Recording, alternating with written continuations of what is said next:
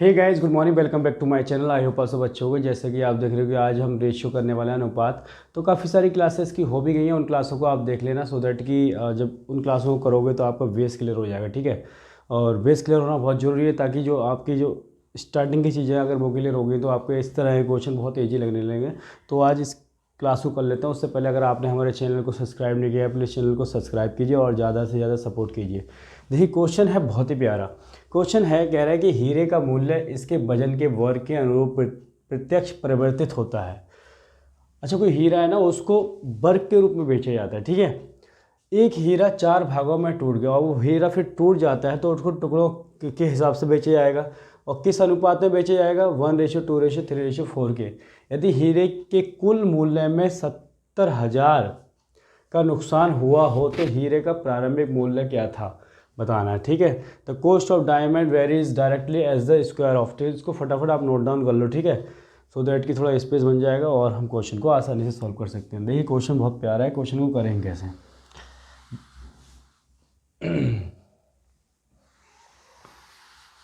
देखो, सबसे पहले करना क्या है कि जो हीरा है उसको किस रेशियो में टूट गया है? वो एक हीरा 1:3:4 इस रेशियो में टूट गया।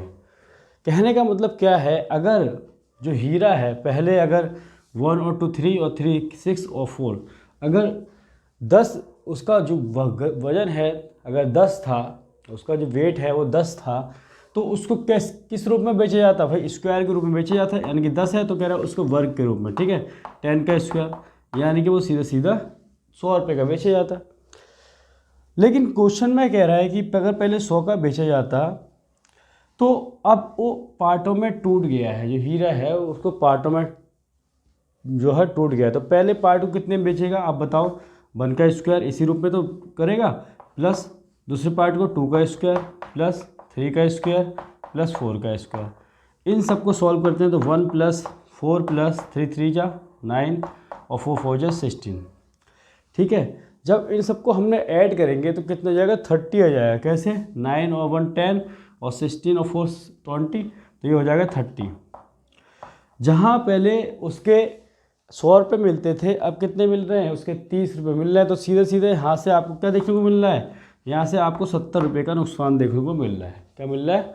70 रुपये का नुकसान हो जाएगा। भाई पहले 100 का बेचता था, अगर इकट्ठा बेचता तो अब कितने का बेचेगा? टुकड़ा में बेचेगा तो वो 30 का बेचेगा, तो 70 रुपये का उसको सीधा सीधा नुकसान हो जाएगा। लेकिन 70 का नुकसान नहीं, क्वेश्चन में कितने का है? 70,000 का नुकसान है। कितने का है? 70,000 7।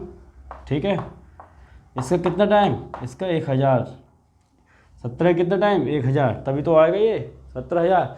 तो हमसे पूछा है प्रारंभिक मूल्य क्या था हीरे का, तो हीरे का प्रारंभिक मूल्य कितना होगा?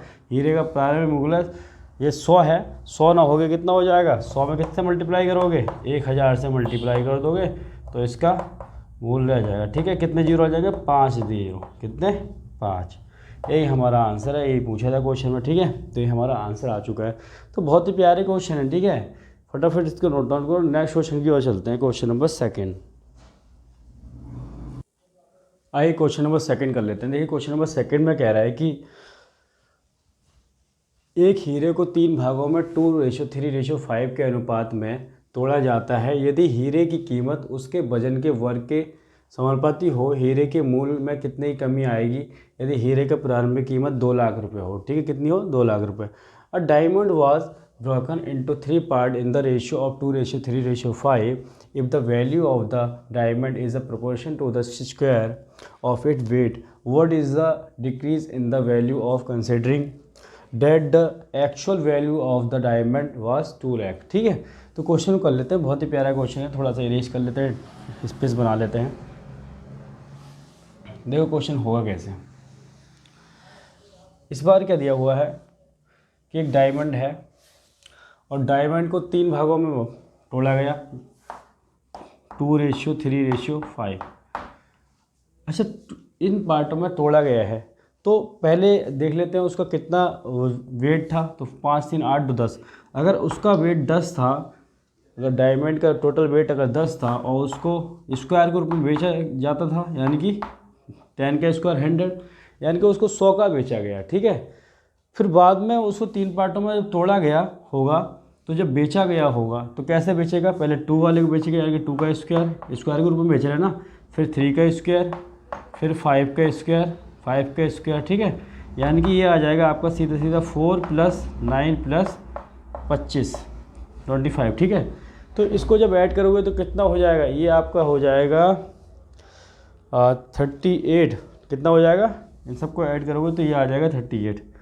ये आपका लिख दे रहा हूँ मैं 38 इधर, ठीक है, यहाँ लिख दे रहा हूँ। एक काम करो, डायरेक्ट लिख देते हैं यहाँ पे, ठीक है, 38। तो सीधा सीधा यहाँ क्या देखने को मिला है, जो चीज़ पहले वो 100 रुपये की बेचता था, अब कितने की बेच रहा है, 38 की बेच रहा है। यानी कि सीधा सीधा अगले को क्या हो रहा है, लॉस हो रहा है। लॉस कितने का हो रहा है, 62 का। कितने का लॉस हो रहा है, 62 का। लेकिन क्वेश्चन में कह रहा है कि जो स्टार्टिंग का जो प्राइस था उसका 2 लाख रुपये था। कितना था, 2 लाख रुपये था। यानी कि ये 100 ना हो के इसका कितना टाइम, 2 लाख रुपये। ये थोड़ा स्पेस बना देता हूँ, ठीक है, ये नोट डाउन कर लेना आप। ये कितना था, ये 100 ना हो के कितना कितना था, ये 2 लाख, ठीक है। इसका कितना टाइम, इसका ये आ जाएगा, ठीक है, 2000 गुना, ठीक है, कितना, 2000 गुना। तो हमारा जो लॉस भी होगा, लॉस 62 ना हो के लॉस कितना हो जाएगा अगले को, इसका 2000 गुना, यानी कि 2 दूनी 4, 6 दूनी 12, ये 1 to 4, 1 to 4 कितने जीरो आ जाएंगे, 3 जीरो, 1 2 3। तो ये आ जाएगा सीधा सीधा, ठीक है, 1 to 4 000 हमारा आंसर आ जाएगा। ये लॉस देखने को मिलेगा, ठीक है। तो क्वेश्चन में यही पूछा था, तो बहुत ही प्यारा क्वेश्चन है, इसको फटाफट नोट डाउन कर लो। नेक्स्ट क्वेश्चन की ओर चलते हैं। आइए क्वेश्चन नंबर कर लेते हैं थर्ड। क्वेश्चन थर्ड में देखो क्या कह रहा है, कह रहा है ए, बी और सी के खर्च का अनुपात क्रमशः 16:12:9 है और उनकी बचत उनकी आय का 20%, 25% और 40% है। यदि उनकी आय का योग कितना हो, 1530 हो, तो बी का वेतन बताना है कि बी की सैलरी क्या है। The ratio of the expenditure of A and B and C are 16:12:9 respectively, and their savings are 20%, 25% and 40% of their income. If the sum of their income is 1530, find the B salary, ठीक है। B की salary बतानी है क्या होगा। तो question बहुत ही प्यारा है। क्वेश्चन करेंगे कैसे, देखो सबसे पहले करना क्या है, कर लेते हैं क्वेश्चन को, थोड़ा सा स्पेस बना लेते हैं, ठीक है। और काफ़ी इंपॉर्टेंट क्वेश्चन है ये। देखो क्वेश्चन कैसे होगा, ए, बी और सी की खर्च का अनुपात हमें दे रखा है, A ratio B ratio C, क्या अनुपात है, 16:12:9, ये है, ठीक है। अच्छा बात कर रहे हैं, वो कह रहा है कि उनकी बचत और उनकी आय का जो है 20%, 25% है, ठीक है। तो 20% का मतलब क्या है भाई, 20% का मतलब निकाला जाए तो 20% होता क्या है भाई, 20/100। 100 कहाँ से आएगा, जब परसेंट हटाओगे तो नीचे 100 आएगा। तो 20/100 जब उसको सॉल्व करोगे तो 1/5 आएगा। इसका मतलब क्या है कि अगर वो जो आदमी है, जो ए है, अगर 5 कमाता है, ठीक है, 5 रुपये कमाता है, तो उसमें 20% क्या, 20% क्या करता है, बचत करता है, यानी कि 1 की बचत करता है। और खर्च कितना कर देता है, 5 रुपये कमाता है तो 1 की बचत करता है, 4 रुपये खर्च कर देता है। कितने कर देता है, 4 रुपये खर्च। और एक्चुअल में जो खर्चा है कितना है, वो 16 है। क्या है, खर्च का अनुपात कितना है, 16, यानी कि इस 4 का कितना, 4 टाइम, ठीक है, 4 4 जा 16। तो जो एक्चुअल में जो इनकम भी होगी ए की कितनी होगी, 5 4 जा 20, ये भी तो 4 गुना होगी, तो ये आ जाएगी 20। कितनी जाएगी, 20, यानी कि ए की जो इनकम आ गई है वो कितनी आ गई, 20। ऐसे ही 25%, 25% बी के लिए, तो 25% का मतलब क्या है, 1/4, 1/4, 25% का मतलब क्या है, 1/4। अगर वो 4 रुपये कमाता है तो 1 क्या करता है, बचाता है, और 3 को क्या कर देता है, खर्च। तो एक्चुअल में खर्च कर रहा है 12, 3 नहीं कर रहा है, इसका 4 टाइम, 4 तिये 12, ठीक है, 4 तिये 12। तो एक्चुअल में जो इनकम भी होगी उसकी 4 ना होके कितनी हो जाएगी, 4 चौक 16 हो जाएगी। कितनी हो जाएगी, 16 हो जाएगी। क्लियर हो रहा है। फिर उसके बाद कह रहा है 40%। 40% का मतलब क्या है, 2/5, कितना, 2/5, कैसे आएगा, परसेंटेज हटाओगे तो नीचे 100 आएगा, उसको काट लेना, 2/5 आएगा। अगर 5 रुपये जो सी है, जो 5 रुपये अगर कमाता है, 5 कमाता है और 2 रुपये क्या करता है, सेविंग करता है, तो 3 का क्या करता है, 3 की क्या करता है, वो खर्चा करता है। खर्चा एक्चुअल में 9 का कर रहा है, रेशियो के अकॉर्डिंग 9 का कर रहा है, 3 का नहीं कर रहा है, इसका 3 टाइम, 3 3 जा 9।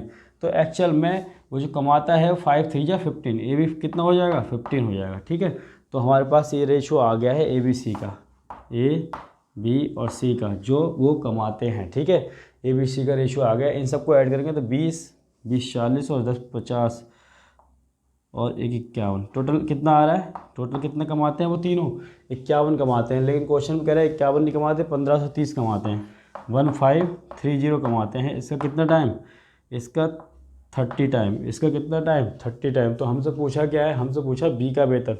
तो बी का वेतन भी 16 ना हो गया, कितना हो जाएगा, 16 ना हो के इसका कितना टाइम, 16 का 30 टाइम, यानी कितना हो जाएगा, 16 3 48, 480 रुपये हो जाएगा। कितना हो जाएगा, 480 रुपये। तो बहुत ही प्यारा क्वेश्चन है। ठीक है, ये जो बी का वेतन आ चुका है, क्योंकि सैलरी कितनी आएगी, 480 रुपये आएगी। ठीक है, तो जो क्वेश्चन हमने किया है ना, जैसे ए बी सी का देखा है, रेशियो दे रखा है 16:12:9।